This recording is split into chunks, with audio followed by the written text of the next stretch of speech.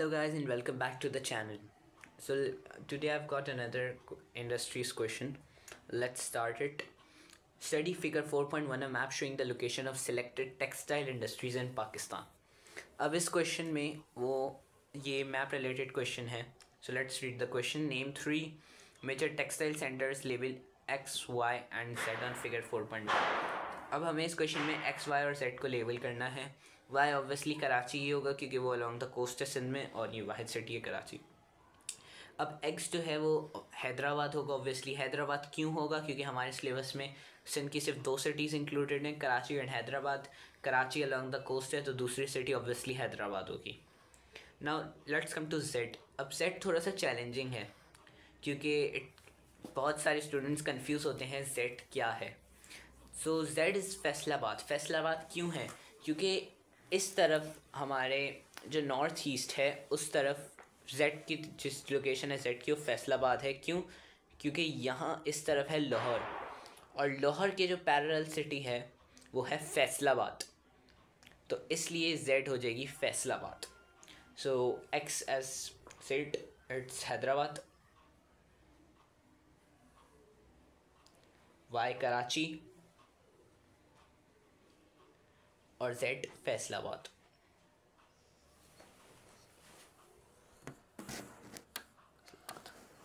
Part 2. Describe the location of major textile centers labeled Y on figure 4.1. अब Y की हमें location बतानी है. ये 2 मार्क्स का क्वेश्चन है तो मैं सिंपली 2 स्टेटमेंट्स राइट डाउन कर लूँगा. एक स्टेटमेंट मेरी ये है कि it is located on south of Pakistan. उसके अलावा आप देख सकते हैं ये कोस्ट के करीब है, तो मैं ये भी कह सकता हूँ it is located near the coast of Pakistan और along the coast of Pakistan. तो ये तो मेरे सिंपल पॉइंट्स आ गए. एक और पॉइंट जो मैं लिख सकता हूँ वो लिख सकता हूँ कि it is located in Sindh province. तो कोई भी दो आप लिख सकते हैं, या फिर आप ये भी कर सकते हैं कि डिस्टेंस किलोमीटर्स जो उसने की दी हुई है उसको आप मेजर करके एक्स और वाई का डिस्टेंस निकाल लें और कहें कि it is located at distance of 10 kilometres from textile center X. You can do anything, but you have to stick yourself to the map. So it is located in south of Pakistan. और दूसरा statement था मेरा it is near the coast. तो ये हो गए मेरे 2 points. Now let's move on to the next part. Define the term secondary industry. अब हमें सेकेंडरी इंडस्ट्री को बताना है क्या है. सेकेंडरी इंडस्ट्री वो इंडस्ट्री है जो कि रॉ मटेरियल्स को ट्रांसफॉर्म करती है मैन्युफैक्चर्ड और प्रोसेस्ड गुड्स में. मैन्युफैक्चर्ड प्रोडक्ट्स यानी जो कि टोटली कंप्लीट होते हैं, उनमें आगे फर्दर कोई प्रोसेसिंग नहीं चाहिए थी, जबकि प्रोसेस जो होते हैं उन्हें हम ये भी कह सकते हैं सेमी मैन्युफैक्चर्ड प्रोडक्ट्स. ये इन दोनों के बीच का डिफरेंस है. सो it converts raw materials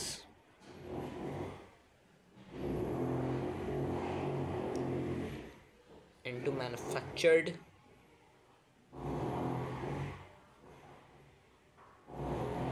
or processed goods.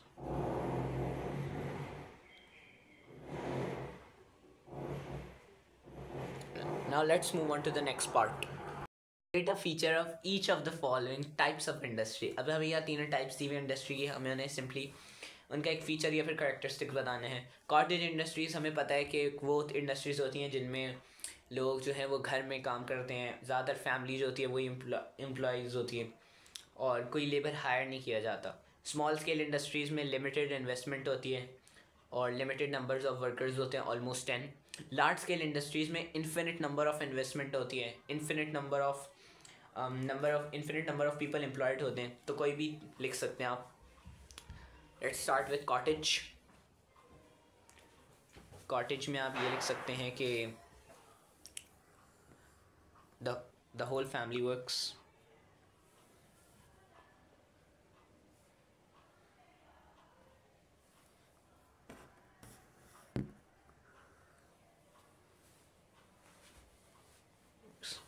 Small scale industries में आप लिख सकते हैं limited number of workers.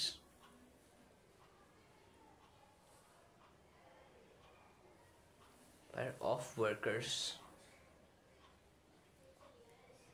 almost 10. And about large scale industries, you can write infinite amount of investment.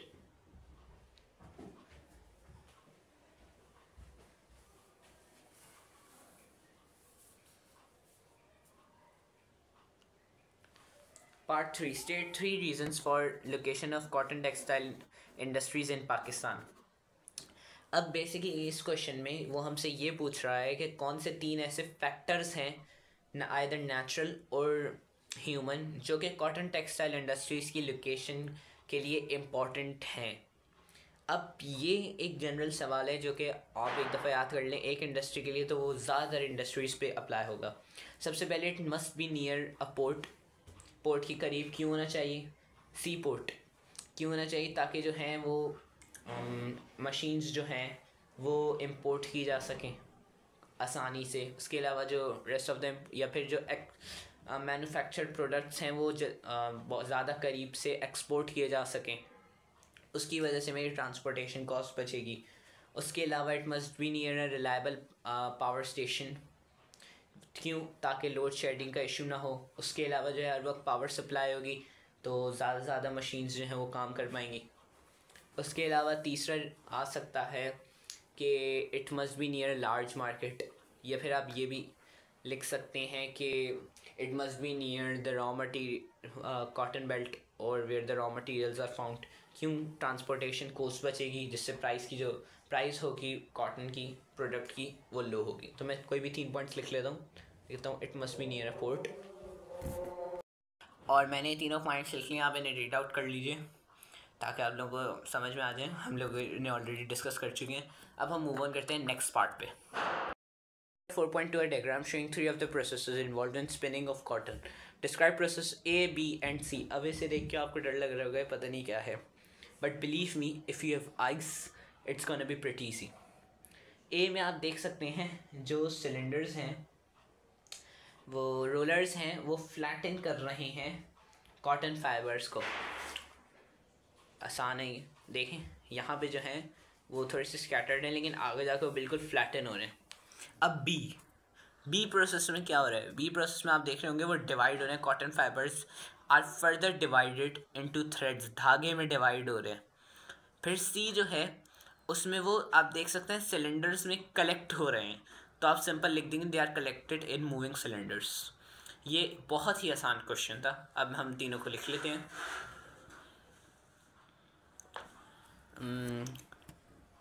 Rollers are used to flatten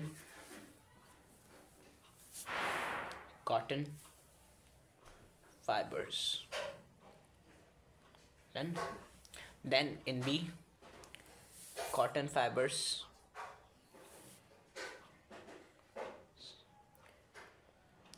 are further divided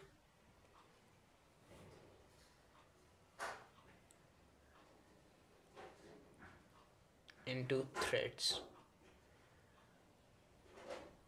Done. And see, they are collected in moving cylinders.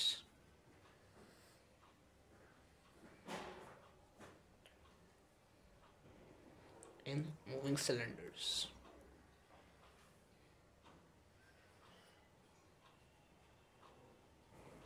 Now let's move on to part 2. Explain why cotton textile industry is important to Pakistan. You should develop your answer. Again, it's an explain question, so we have to write 2 statements. One we have both of them we have to explain. So let's start. सबसे पहले हम सोचते हैं cotton textile industry important क्यों है. जो भी industry है सबसे पहले आपके दिमाग में यही आता है अगर वो लार्ज स्केल हो कि उससे पाकिस्तान को में बहुत सारे लोगों को एम्प्लॉयमेंट मिलती है. उससे क्या फ़ायदा होता है? लिविंग ऑफ स्टैंडर्ड्स बेहतर होते हैं. उसके अलावा जो है अब कॉटन इंडस्ट्री मेरी इकॉनमी को कैसे इम्प्रूव करती है? इस तरह इम्प्रूव करती है कि जो प्रोडक्ट्स हैं कॉटन इंडस्ट्री के वो एक्सपोर्ट किए जा सकते हैं. उसकी वजह से फॉरेन एक्सचेंज अर्न होता है जो कि स्पेंड किया जा सकता है डेवलपमेंट प्रोजेक्ट्स में. उसके अलावा जो है ये जो है वो कंट्री की जो लोकल डिमांड है उसको वो करती है. उसकी वजह से काफ़ी ज़्यादा फॉरेन एक्सचेंज हमारा सेव होता है. ये सब हमारे आ जाते हैं पॉइंट्स. अब हम कोई भी दो लिख लेते हैं और उन्हें आप एक्सप्लेन कर लीजिएगा जैसे मैंने आपको एक्सप्लेन किया। मैं सिर्फ पॉइंट्स लिख रहा हूँ। Provide employment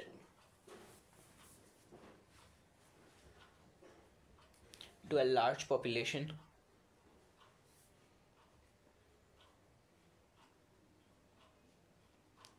and secondly they help earn foreign exchange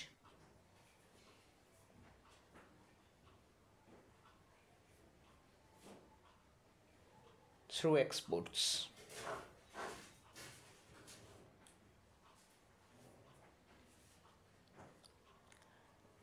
तो ये वाला पार्ट भी हमारा हो गया कंप्लीट। अब हम मूव ऑन करते हैं नेक्स्ट पार्ट पे, पार्ट डी। अब ये एक व्यू वाला क्वेश्चन है। व्यू वाले क्वेश्चन को मैं पिछली वीडियो में काफ़ी ज़्यादा डिटेल में डिस्कस कर चुका हूँ कि इसे किस तरह अटेम्प्ट करते हैं, इसमें हम क्या क्या राइट करते हैं। तो अगर आपको वो उस बारे में जानना है तो आप मेरी प्रीवियस वीडियो देख सकते हैं, या फिर आप इस वीडियो को एंड तक देखिए जिसमें उस प्रीवियस वीडियो आपकी स्क्रीन पे डिस्प्ले हो जाएगी। तो आप उसे क्लिक करके सिर्फ लास्ट पार्ट देख लें, आपको समझ में आ जाएगा व्यू वाला क्वेश्चन कैसे करते हैं। I will just go move straight towards solving this question. Although cotton textiles in Pakistan's largest industry, it still faces challenges if it is to increase its global market share. Read the following two views. A. Load shedding of electricity is a major challenge to the growth of cotton textile industry. अब यहाँ आप जो है वो बताएंगे कि cotton textile industry का एक बड़ा मसला है। क्यों मसला है आपको यहाँ ये बताना है। इसलिए मसला है कि जो मेरी मशीन्स हैं वो ऑपरेट नहीं करती, उसकी वजह से मेरी जो प्रोडक्शन है वो स्टॉप हो जाती है। अब अगर मेरी प्रोडक्शन में डिलेज़ आएंगे तो मैं ऑर्डर्स टाइम पे कंप्लीट नहीं कर पाऊँगा। टाइम पे कंप्लीट नहीं कर पाऊँगा तो मैं अपनी मार्केट खो दूँगा। अब इसका काउंटर का क्या मतलब है कि आपको बताने नहीं ये प्रॉब्लम नहीं, इसके अलावा भी एक और प्रॉब्लम है। तो लोड शेडिंग ऑफ इलेक्ट्रिसिटी के अलावा एक और प्रॉब्लम जो कि बहुत बड़ी है वो ये है कि कॉटन इंडस्ट्री जो डिपेंड करती है वो करती है रॉ मटेरियल पे, और there are often cotton shortages in Pakistan. क्यों होते हैं आप एग्जांपल दे दें, because of viruses, for example leaf curl virus, यहाँ आप वो एग्जांपल दे सकते हैं। अब मैं आ जाता हूँ पॉइंट व्यू बी पे। Lack of skilled labour is a major challenge to growth of cotton textile industry. क्यों एक मेजर चैलेंज है? क्योंकि जो है मुझे वो बढ़ानी है प्रोडक्शन कॉटन की, इसलिए मेरी कॉटन की प्रोडक्शन कम है। अब मैं स्किल्ड लेबर जो है वो मॉडर्न मेथड्स के ज़रिए जो है वो काम करेगा, तो ये मेरा पॉइंट आ जाएगा कि मॉडर्न मेथड्स के ज़रिए वो काम करेगा, HYVs यूज़ करेगा जिसकी वजह से प्रोडक्शन इंक्रीज़ होगी, वो होगा। आप फ़ायदे बता दें। तो अब इसका काउंटर क्या होगा? काउंटर ये होगा कि गवर्नमेंट जो है उसको इन्वेस्ट करना पड़ेगा एजुकेशन सेक्टर में ताकि स्किल्ड लेबर आए। अगर वहाँ इन्वेस्ट करती है तो उसके लिए कैपिटल शॉर्टेजेस हो सकते हैं, लैक ऑफ फंड्स हो सकते हैं। उसके अलावा पाकिस्तान में जो है हाई लिटरेसी रेट है चाइल्ड लेबर की वजह से, ये एक बड़ा मसला है। और तो हम फिर एंड में कंक्लूजन में कोई सी भी एक पॉइंट से अग्री करेंगे। मैं यहाँ अग्री कर रहा हूँ पॉइंट बी से, तो मैं पॉइंट बी के फेवर में ये कह सकता हूँ कि स्किल्ड लेबर होगा तो वो मशीन्स को बेहतर तरीके से ऑपरेट कर पाएंगे। उसके अलावा जो है मशीन्स को रिपेयर कर पाएंगे, इस वजह से जो है मेरी प्रोडक्शन बेहतर होगी और ये एक मसला हल हो जाएगा। So these are the points. मैं अब इन्हें राइट डाउन कर लेता हूँ। आई होप आपको समझ में आ गए होंगे। व्यू ए के बारे में पहले हम लिख लेते हैं। व्यू ए, लोड शेडिंग क्यों मसला है, delay in production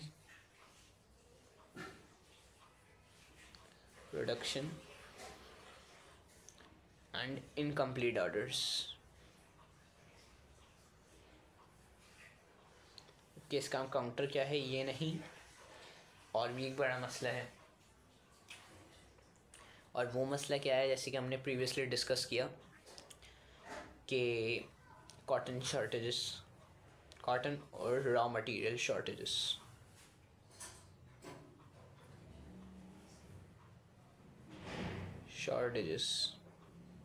Then let's come to view B. Skilled labour क्या चाहिए? Improved production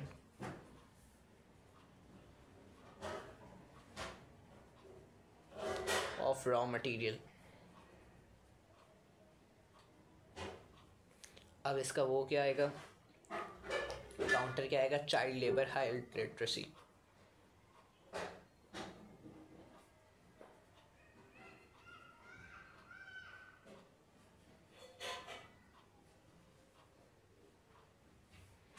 So these are my points, and now conclusion. I agree more with, it's an important line, more with statement B.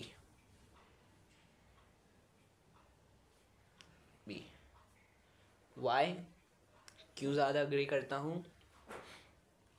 इसलिए क्योंकि skilled labour जो होगा वो better operation of machines के लिए चाहिए।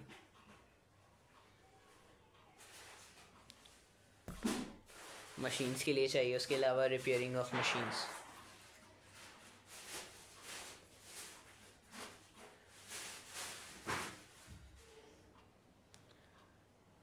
तो ये हो गया मेरा कंप्लीट आंसर। आई होप आपको ये क्वेश्चन समझ में आ गया होगा, और अगर आपको हमारी वीडियो अच्छी लगी तो इसे लाइक कीजिए और हमारे चैनल को सब्सक्राइब कीजिए ताकि फ़र्दर वीडियोस के बारे में आपको पता चलता रहे। और मैं hopefully within the next week या फिर आफ्टर एक और वीडियो बनाऊंगा जिसमें मैं सारे केसेस के बारे में बताऊंगा about of the 6 mark questions included in geography 2059/2। Thank you very much. Right side पे आपके मेरी पूरा प्रीवियस वीडियो डिस्प्ले हो रही होगी, आप उसे क्लिक कीजिए और जैसा कि मैंने कहा लास्ट पार्ट देखिए तो आपको बेहतर समझ में आ जाएगा कि अटेम्प्ट कैसे करते हैं व्यू वाला question. Thank you very much.